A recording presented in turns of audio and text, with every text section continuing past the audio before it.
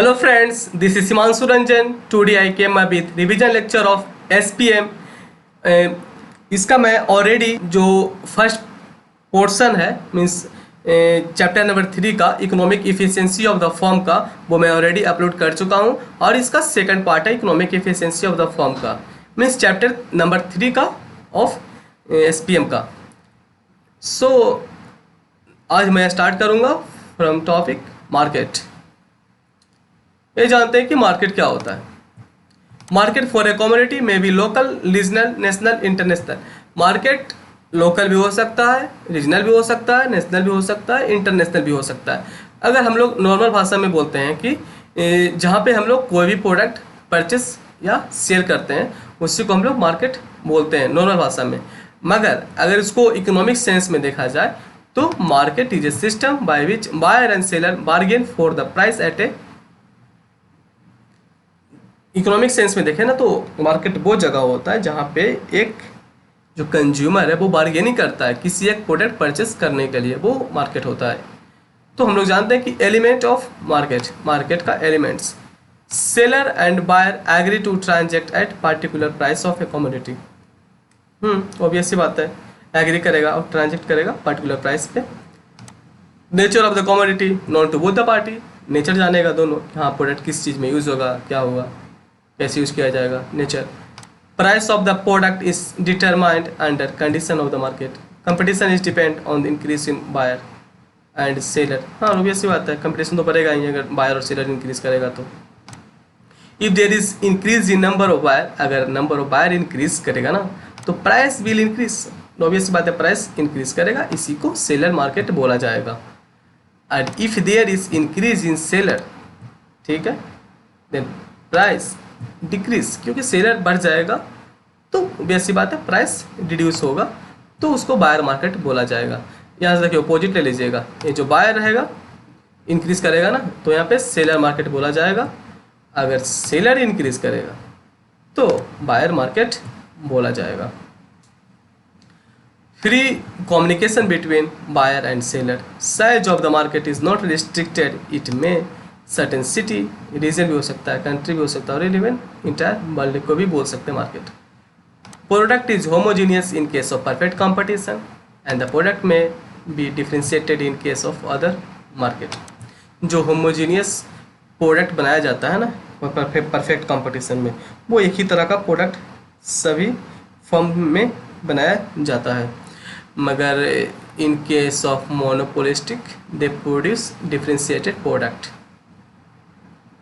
अब ये जानते हैं कि मार्केट का क्लासिफिकेशन, मार्केट में भी classified into two broad category, दो ब्रॉड कैटेगरी में इसको डिवीजन किया हुआ है। पहला है परफेक्ट कंपटीशन, दूसरा है imperfect competition market. Perfect competition, imperfect competition market. Imperfect में आता है मोनोपोलिस्टिक, मोनोपोली, ओलिगोपोली और डिओपोली।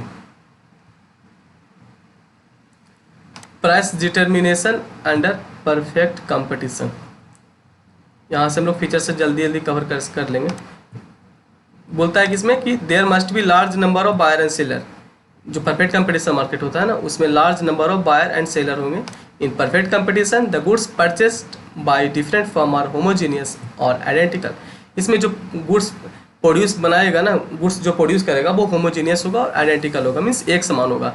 और परफेक्ट कंपटीशन में ना फ्री एंट्री एंड एग्जिट, कोई भी फर्म आ सकता है और एंट्री ले सकता है इंडस्ट्री से। The buyer and seller must have knowledge with regard to the price of various commodity. Buyer और सेलर दोनों को नॉलेज होगा कितना प्राइस है कमोडिटी का है मार्केट में। The factor must be mobilized from those which are getting less remuneration.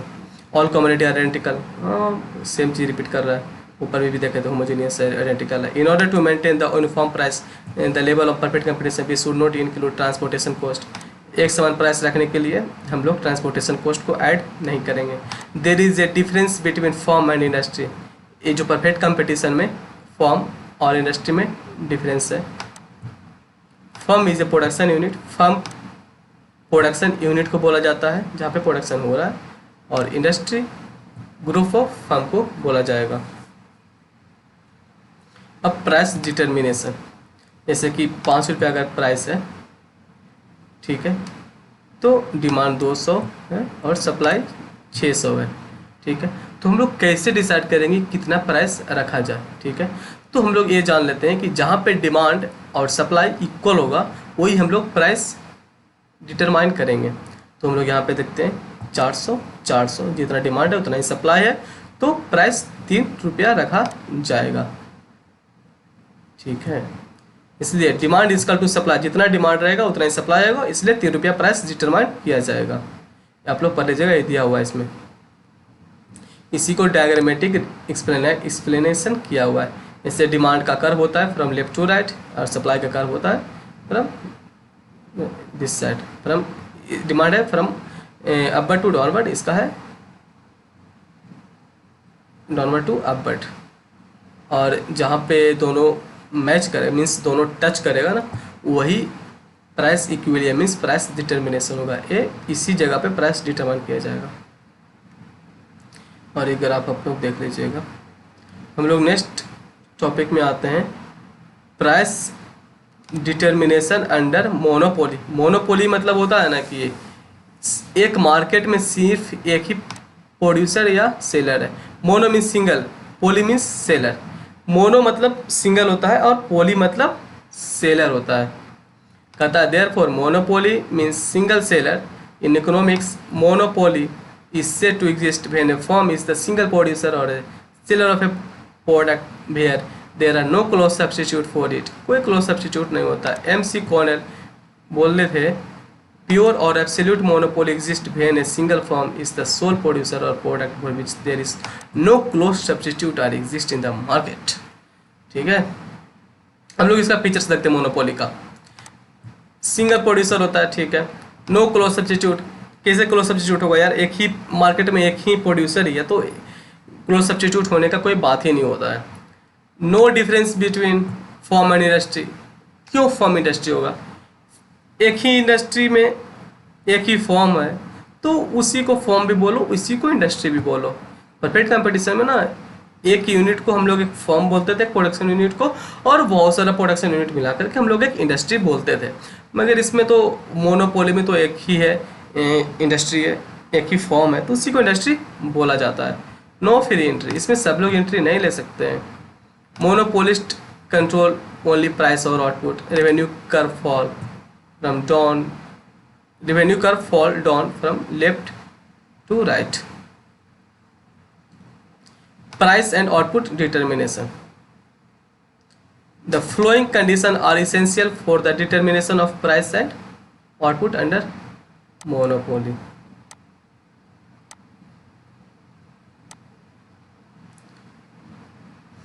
कहता है the main aim of the monopolist is to get maximum profit. जो मोनोपोलिस्ट का जो मेन एम होता है वो मैक्सिमम प्रॉफिट कमाने का होता है। He must produce the goods to the extent where MC become equal to MR। MR equal to MC होता है ना, वही बताता है कि मैक्सिमम प्रॉफिट कितना हो सकता है एक मोनोपोलिस्ट का। At that level he will get equilibrium position and maximum profit। MR equal to MC में equilibrium position और इसको maximum profit हो जाएगा मोनोपोलिस्ट को। If the monopolist increase the supply of a commodity then the average revenue and marginal curve fall down हो जाएगा। यहाँ पे देख लेते हैं under monopoly AR is equal to price. Monopoly में जो एवरेज रेवेन्यू होता है ना वो इक्वल होगा प्राइस से। So average revenue is known as, average revenue को डिमांड लाइन बोला जाता है। Under monopoly MR fall, marginal revenue fall करेगा, fall more rapidly than average revenue. Marginal revenue ज़्यादा नीचे रहेगा as compare to average revenue. The monopoly of average revenue line which is more than MR and AC। लोग graph देख लीजिएगा।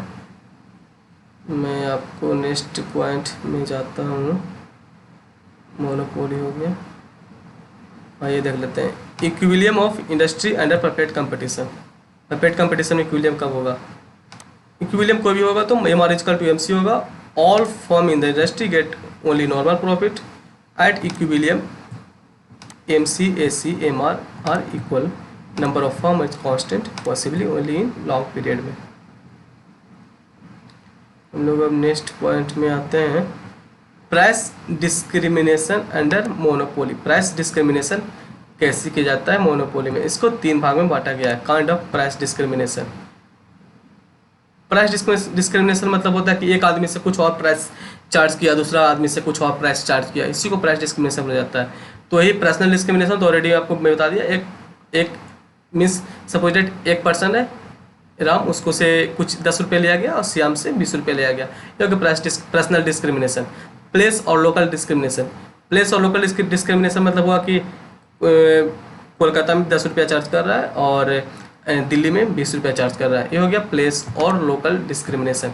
Trade और use discrimination मतलब हुआ कि जैसे कि कोई इलेक्ट्रिसिटी का एग्जांपल ले लेते हैं। इलेक्ट्रिसिटी है, अगर हाउस होल्ड यूज़ किया जाता है तो उसका पर यूनिट चार्ज कम लगता है, अगर उसको इंडस्ट्री में यूज़ किया जाता है तो उसको पर यूनिट चार्ज ज़्यादा लगता है। अब हम लोग नेक्स्ट पॉइंट में आते हैं, कंडीशन फॉर प्राइस डिस्क्रिमिनेशन। इसका 2 कंडीशन है, मोर देन 1 मार्केट होना चाहिए, डिफरेंट इलास्टिसिटी होना चाहिए। Degree of price discrimination.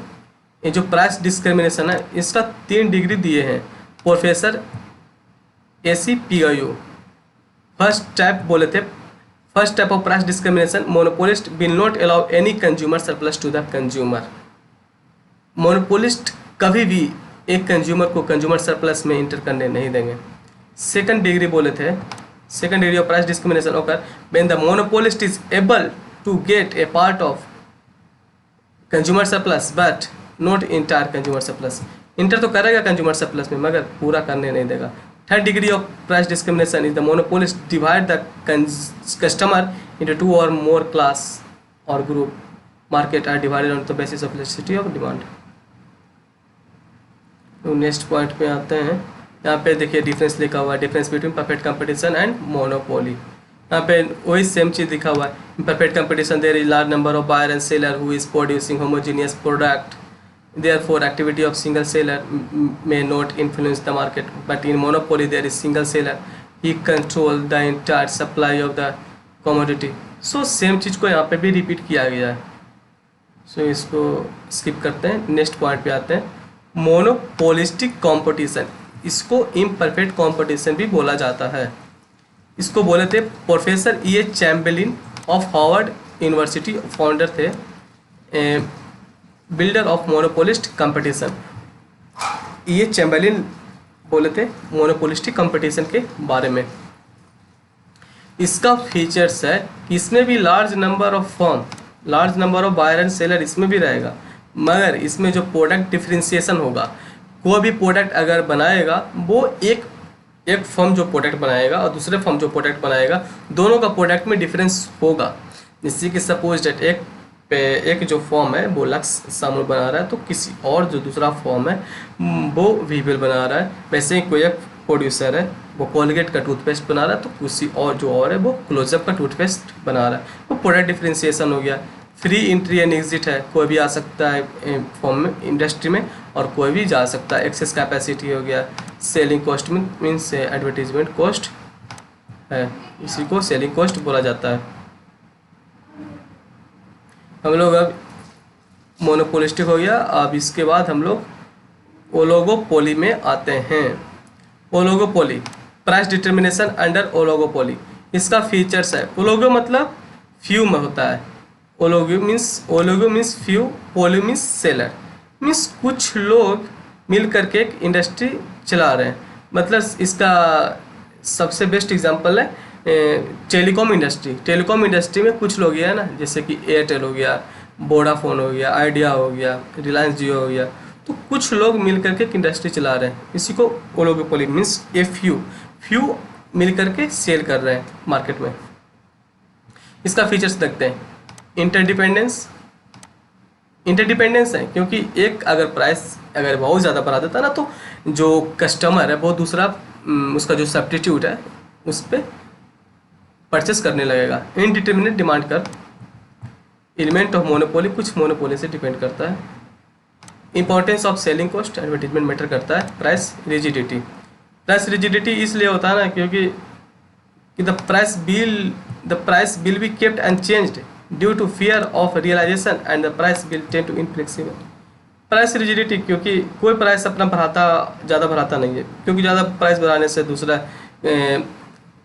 जो फॉर्म है उस पर लोग शिफ्ट कर जाएंगे। The form know the ultimate outcome of the price change, form जानता है कि अगर प्राइस बढ़ाएंगे तो मेरा जो कस्टमर है वो दूसरे फॉर्म पे शिफ्ट कर जाएगा। Revised price for the list to irritation among the consumer, हाँ नॉर्मल सी बात है।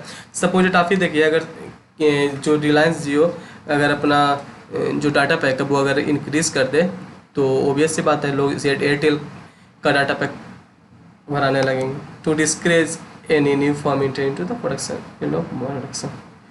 लोग नेक्स्ट पॉइंट पे आते हैं, price determination under oligopoly. Oligopoly में प्राइस कैसे डिसाइड किया जाता है? Independent pricing, pricing under collusion and price leadership. पहले हम लोग देखते हैं इंडिपेंडेंट प्राइसिंग। इंडिपेंडेंट प्राइसिंग मतलब कि कोई एक फर्म ही प्राइस डिसाइड करता है ओलिगोपोली में। प्राइसिंग अंडर कोलूजन, कोलूजन मतलब होता है कि प्राइसिंग अंडर कोलूजन मतलब होता है कि कुछ लोग कार्टेल बना करके, जो कार्टेल मीन्स कुछ लोग मिल करके कार्टेल बनाए और वही डिसाइड करेंगे कितना यूनिट प्रोड्यूस करना है और कितना प्राइस रखना है। प्राइस लीडरशिप, प्राइस लीडरशिप वो होता है वो एक फॉर्म है जिसका बहुत दिन से मार्केट में है, मगर और भी बहुत सारा फॉर्म इंटर किया है, मगर उसका अभी भी मोनोपोली टाइप है, क्योंकि एलिमेंट ऑफ मोनोपोली तो होता ही है ना ओलिगोपोली में। तो खुद प्राइस डिसाइड करता है, जिससे बोलता है कि well established old firm make take leadership and fix the price, वही प्राइस फिक्स करेगा। ये ओलिगोपोली का ग्राफ दिया हुआ है। प्राइस रिजिडिटी इसमें होता है।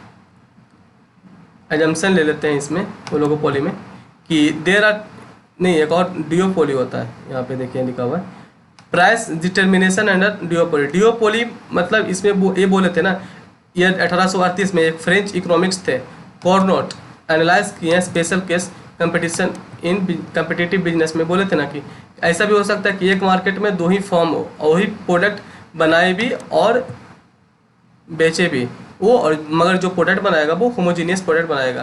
बोलता है there are two firm in the industry duopoly में, each owning and stunning middle water, both the firm operate and bell zero marginal cost, marginal cost zero होगा, वो दम फेस डिमांड कर यहाँ पे जो, और मगर जो डिओपोली में जो कोई प्रोडक्शन होगा ना गुड्स का वो होमोजेनियस होना चाहिए। Duopoly means two seller, there are different kinds of duopoly. Duopoly का 3 टाइप है, कॉर्नोट सॉल्यूशन, एड्जवर्थ मॉडल और चैम्बरलिन मॉडल। कॉर्नोट सॉल्यूशन देखते हैं पहले। कॉर्नोट सॉल्यूशन, कॉर्नोट एक फ्रेंच इकोनॉमिक्स थे, bass font solution to duopoly pricing 1838 में। He model is based on the following assumption, following assumption पे डिपेंड करता है। Total output must be sold out, जो जितना भी आउटपुट बनाया पूरा का पूरा सेल हो जाना चाहिए। The two seller produce and sell homogeneous product बनाना चाहिए। The number of buyer is large, buyer बहुत ज़्यादा होना चाहिए। इस seller know the demand curve for इस product. The cost of production is assume to be zero, cost of production assume to be zero, each arrival plan of output. So ये सब आप लोग देख लीजिएगा।